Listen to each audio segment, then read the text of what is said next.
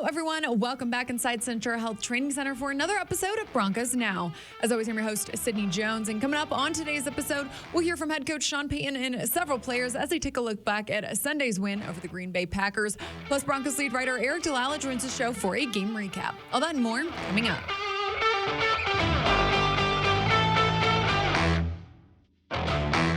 Broncos improved to 2-5 after winning their first home game of the season on Sunday, defeating the Packers 19-17. And we heard from head coach Sean Payton today about the win and how he's striving for perfection. You know, you want to play your perfect game, and that was a good win for us. And yet I'm driving home last night, you know, heading to get sushi. I don't like sushi. And finding myself like circling around the parking lot, like, all right, why can't I be happy? Well, you're searching for that perfect game. And so I'm just that way. I'm sometimes, you know, I'm going to wear my emotions on my sleeve, whether it's defense or offense. There's that competitive part in you that wants to score 30 points, that wants to take advantage of the first trip down into the red zone, you know, and score a touchdown. And there's that competitive part in you that wants to finish the game where it's not coming down to the last drive. There's, you know, sometimes there are these utopia games that really don't exist. And then there's, you know, between that utopia game and the game you just played, there is some games in between there that you feel like you're capable of playing. And as coaches, you know, we ask ourselves all the time, are we approaching it the right way? Did we, you know, those type of things. We also heard from inside linebacker Josie Jewell today as he echoed head coach Sean Payton's message, saying it's great to have a coach who expects more. He likes his stuff exact, which any head coach, any coach should like it exact. And, you know, you can't play a perfect game, but you can get pretty darn close, and that's what he expects out of us, and that's what we should expect out of ourselves. So I think that's always great that he always expects more. And I think we got to keep on expecting more if we're going to want to win more games here. In Sunday's win over the Packers, the Broncos found success in the run game as Denver finished the game with 145 yards on the ground. And head coach Sean Payton talked today about his evaluation of that. I think we were 60-some snaps yesterday. I mean, look, generally speaking, from my experience, there are those games where you have, call it 35-plus rushes. And generally speaking, in those games, your third down numbers are really good. Your CFL numbers are good. You know, in other words, are we getting first downs on first and second down? That's the first sign of a real good offense is you might have a smaller third down count at the end of a game. Fair question though. And we felt like we ran it well at Kansas City. I think that, look, there are people that believe you throw it in the first half, run it in the second half, and secure wins and all of those things. We do studies relative to sequencing against certain defenses. You know, what sequence do we like on first and second down? You know, there's only 4. It's run, pass, run, pass, or pass, run. So we do sequencing studies. But there's a part of you that are trusting your instincts relative to how it's going. Plus, head coach Sean Payton and Josie Jewell discussed the defense's improvements the past few weeks and what they credit that to. We're playing the run better. I know we played the run better at Kansas City. The second half yesterday, we were in and out of some 7.5-man fronts into 8-man fronts. But overall, I think in 2 weeks, 2 games, we've defended the run better than in the prior weeks. You know, getting to a new defense, there's always small little quirks that you got to kind of work out with the players, where they're going to be, where they're going to fit. And, you know, just game in and game out, you get that trust for each other. And that's what we've been doing. We've been able to do consistently now the last couple of games. And hopefully we keep on moving forward with that, just understanding where we're going to be. And our communication keeps on getting better. Like I said, hopefully, you know, we can finish this next week strong and then have this little bye week and keep it going. After missing 2 field goals to start the season in week 1, kicker Will Lutz has made 11 straight field goal attempts, including his 52-yarder in the fourth quarter versus the Packers to give the Broncos back the lead. And he details how he's been getting into a rhythm. Yeah, I mean, look, it starts with preparation throughout the week.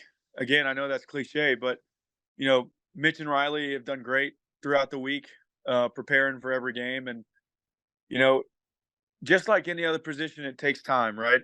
You know, it was a change of scenery, a change of operations, you know, new people in the locker room. It just takes time. And, you know, over the last couple of weeks, I feel like the 3 of us have really started gelling with our field goal operation, and that really helps. So I feel good. I feel like I'm hitting the ball well, Monday through Friday, and then the important part is carrying it to Sunday or Thursday or Monday night, whenever the game is. But yeah, preparation is huge in that, and I don't take that for granted, and I know Mitch and Riley don't either. Coach Payton also spoke on Lutz's performance and the attributes he has to be a great kicker in this league. There's talent, and you see that there's leg talent, right? And then there's the stuff between the ears that's so important. And there's a confidence level, and from just having experienced it before with him, I was proud to see how, and I thought not only did he hit it yesterday, he hit it really well. And so that was a good game for him. It was a good game for our special teams, kind of quiet to some degree, relative to the return games, but overall, those were 4 big kicks. Now joining me here in the Broncos podcast studio for a game recap is Broncos lead writer Eric DeLalla. Eric, thanks for joining me today. Got it, Sid. Broncos finally get the win at home. Fun. It's Victory Monday. Dub day. That's right. Dub day. Nice to see the Broncos, kind of like you said, break through some of these struggles they've been having at home. Mm-hmm. Obviously, had held halftime leads in all 3 of their previous home games and weren't able to convert. And this time it wasn't easy either. So you fought through some adversity, and I think the ability to respond and rebound from some of those struggles showed you a little something about this team. And Sean Payton mentioned after the game, that's what happens in this league, that you're going to have calls that go against you, plays that go against you. The teams that respond are the ones that often find a way to win. Definitely. The Broncos did that in week 7. Yeah, Eric, it was interesting to hear head coach Sean Payton talk today about the win now that he's had time to kind of really think about it. And he told us a story about him driving to the sushi restaurant to go meet his family yesterday following the game. And, while he's happy with the win, he talks about striving for more, striving for perfection. And, I mean, as a head coach, who doesn't want that? Yeah, well, he doesn't like sushi, apparently, Sid, which I know you don't. I know. I love sushi. You love sushi. Everybody can have their own opinion. I guess. But I feel like coach needs to try more different roles. Different sushi. Yeah. Okay. But no, I think what you're talking about is exactly right, that head coaches are always wired to want a little bit more. And he talked about chasing that perfect game. And, he's mentioned a lot football is an imperfect game. And you've got to, as I mentioned a minute ago, rebound and respond to those mistakes and those things that come up in a game. But as a coach, you're always chasing perfection, and you're always chasing the idea that you could have done just a little bit more. And whether it was the run game or a late second down play where Russell Wilson kind of rolled out and threw it to Javonte Williams, if it's any other situation in the game, Sean Payton is focused on how could we have been a little bit better in that scenario. And I think that there's a mindset you could have after yesterday's game of great, we won, perfect. Or you can have the mindset of great, we won, but let's clean up a lot of these things, and let's work to get better, and let's work to win a second consecutive game and beat the Chiefs, and clean up some of those things that Sean Payton mentioned. Hey, if you do some of these things, they're going to end up coming back to bite you. And so I like that perspective. I think all the great coaches, players, competitors have that shared mindset of, okay, that's great. I'm glad and happy about what we accomplished, but we can always be doing more, and we can always be doing just a little bit better. And I think that story that Sean Payton shared kind of gives you some insight into the fact that he's always thinking about this team, always thinking about how can they be better, how can they improve. I think that's the mindset that you want this organization to have, and part of the reason you brought Sean Payton here in the first place, right, was to change the culture, change the mindset. This is just one example of that to me. Yeah, definitely. Eric, you talk about, things this team can do more. I know we heard head coach Sean Payton talk about how he wants to see the team be more efficient in the red zone. They were just 1 of 4 there yesterday. So what did you kind of see on those trips that they can really improve upon? Yeah, as Sean Payton mentioned, 1 of 4, a little misleading just because they weren't necessarily trying to get it to the end zone on one of those trips at the end of the half. So I think it boils down to 1 of 3.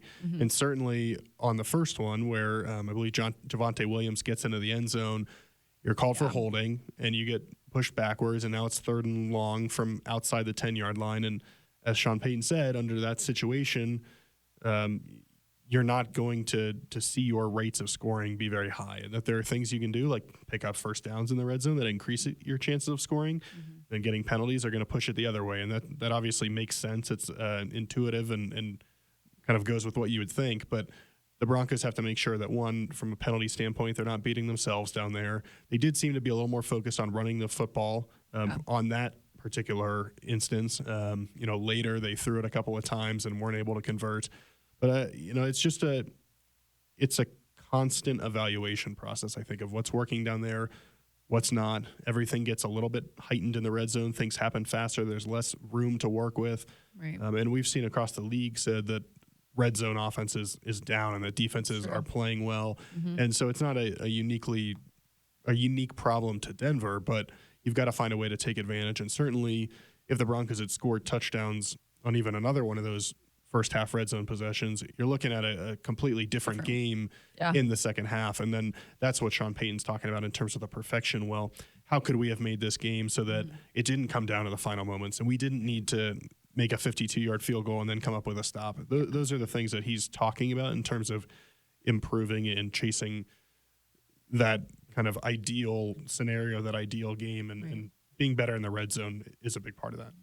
Well, Eric, you mentioned the run game, another efficient outing for these running backs here, specifically Javonte Williams. I know head coach Sean Payton, he was asked about him today and, talked about how he's just going to continue to improve week after week here now that he's kind of hitting his stride following that injury. Yeah, Sean Payton's talked a lot about 2 years and that being kind of when doctors feel like you're back at your full strength following a knee injury like that. But Javonte Williams looks as good as he has, and if he's going to continue to get better, that's a really good sign for the Broncos, because I think he's back the last couple of weeks to looking like the player we saw when he was a rookie. And certainly yesterday against the Packers, there were a couple plays where, they got him by his shoelaces. Otherwise, he's off to the races for a 30, 40-yard touchdown.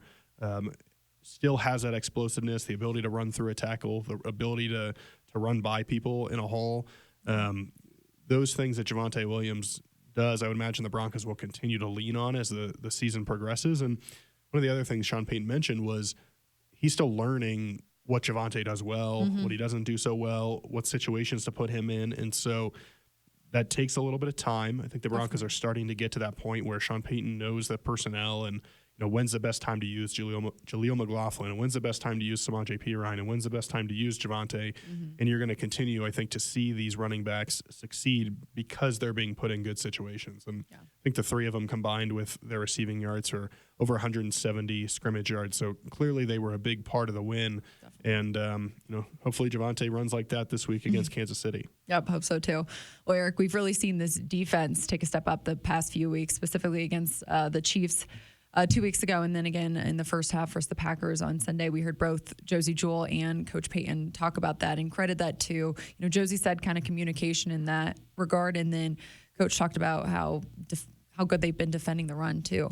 Yeah, and they gave up 2 touchdowns against the Packers, but let's be real here. They were a little bit fluky touchdowns, right? They were. Matt Surtain might have had an interception on one of them, and then the second one, you throw that pass 15 times or 100 times or whatever, once maybe it gets caught. And so, the Broncos played good defense in both cases. It just happened that the Packers made a good play in one case, maybe a lucky play in the other, and ended up scoring points. But, the red zone defense has still been good. I do think it starts with, like you mentioned, Sean Payton talking about the run defense and being better up front. Having DJ Jones back for this game against the Packers was I think a big impact, a big element of why they played well up front.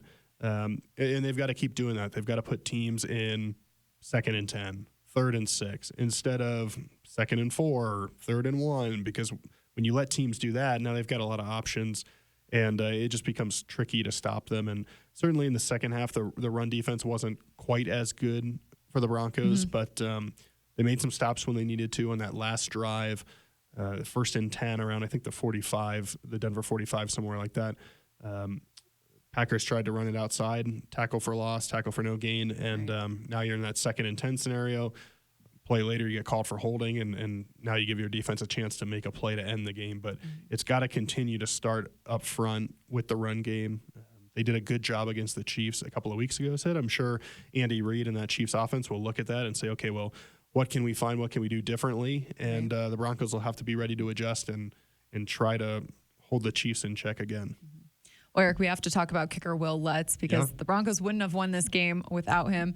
After 3 straight field goals to put the Broncos up 9-0. He puts the Broncos back in the lead in the fourth quarter with that 52-yarder. Nice to see him get the recognition he deserves, but he's been a huge part of this team throughout the first several weeks here. Yeah, and he obviously struggled that first game and right. took it hard and put the blame on his shoulders. And to see him respond the way he has been really impressive. He has not missed a kick since week 1, knock on wood, that keeps going. And Sean Payton talked about sometimes kickers get in kind of a funk like golfers can, where they just can't find the fairway. It feels like Will Lutz is in the opposite situation right now, where every kick he's hitting looks good and looks true and is straight on, and that's a good sign. He credited a lot of that to his preparation and how much work he's putting in before each Sunday, and that he's seeing that carry over. His chemistry with Riley Dixon, Mitchell Fabroni, those are important elements as well. And he's playing well. That was a clutch kick, a tough kick. Yeah. And you're right. If he misses that, the Broncos are in a bad spot. So the fact that he's kicking well right now is obviously a good sign that the Broncos can count on him. And hopefully that's the case moving forward as well. Yeah. Eric, the special teams unit as a whole, we haven't really talked about them much this year, but they have really improved this season compared to the past couple seasons here. Absolutely. They've been certainly a positive, and even in the weeks where it hasn't been perfect, it hasn't been a negative the way it's been. And that's why you bring in Mike Westhoff and Ben Kotwika and even Chris Banjo in his first year as a coach. There has to be a buy-in and an understanding of what you're trying to accomplish on special teams. And it seems like the Broncos have bought in, and they know the importance of that. And there's been a couple plays here or there. Marvin is muffed a punt or a kick, and that hasn't been perfect. But otherwise, there's been some explosive plays in the return game. The coverage has been pretty good. And then we talked about the place kicking already. So they, maybe a little more consistency punting the football, but there was, Riley Dixon had a good one there late. So, the Broncos just have to continue that consistency. And, in these close games, special teams can be the deciding factor. It can be the kind of the margins you need to earn a victory. And right now the Broncos are making up some ground there, it feels like. Yeah. Well, the Broncos will continue that momentum coming off this win this week as the Chiefs come to Empower Field at Mile High this Sunday. Eric, appreciate you joining the show today. You got it, Sid. Well, that'll do it for today's episode of Broncos Now. Broncos Country, thanks so much for tuning in. We'll meet you right back here on the Broncos Podcast Network and YouTube tomorrow for another episode. I'll see you all then.